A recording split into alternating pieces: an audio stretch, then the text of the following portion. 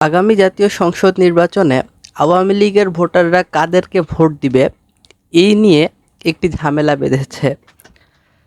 জামায়াত ইসলাম মনে করে আওয়ামী লীগের ভোট তারা পাবে, অপরদিকে বিএনপি মনে করে যে আওয়ামী লীগের ভোটাররা দেশপ্রেমিক শক্তিকে ভোট দেবে। আজ সাবেক মেয়র, ঢাকা সিটি কর্পোরেশনের সাবেক মেয়র সাদেক হোসেন খোকার ষষ্ঠ মৃত্যুবার্ষিকী উপলক্ষে বিএনপি একটি স্মরণ সভার আয়োজন করে। সেই স্মরণ সভায় বিএনপির স্থায়ী কমিটির সদস্য মির্জা আব্বাস অংশ নেন এবং অংশ নিয়ে তিনি জামায়াতের সমালোচনা করেন।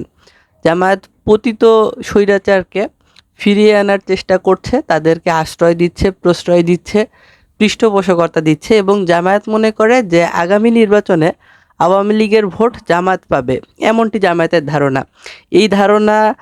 এই ধারণার বিরুদ্ধে অবস্থান নিয়ে, বিপক্ষে অবস্থান নিয়ে বিএনপি নেতা মির্জা আব্বাস বলেন যে আগামী নির্বাচনে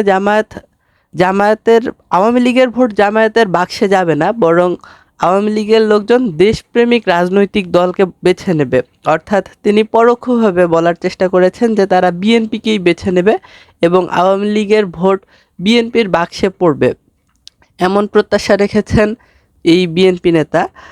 বলে রাখা ভালো, 2024 সালের জুলাই মাসে যে গণ আন্দোলন হয়, এই আন্দোলনের মধ্য দিয়ে আওয়ামী লীগ সরকারের পতন ঘটে এবং নতুন যে সরকার, অন্তর্বর্তীকালীন সরকার গঠিত হয়, সেই সরকার আওয়ামী লীগের কার্যক্রম নিষিদ্ধ করেছে এবং নির্বাচন কমিশন থেকে আওয়ামী লীগের নিবন্ধন স্থগিত করেছে।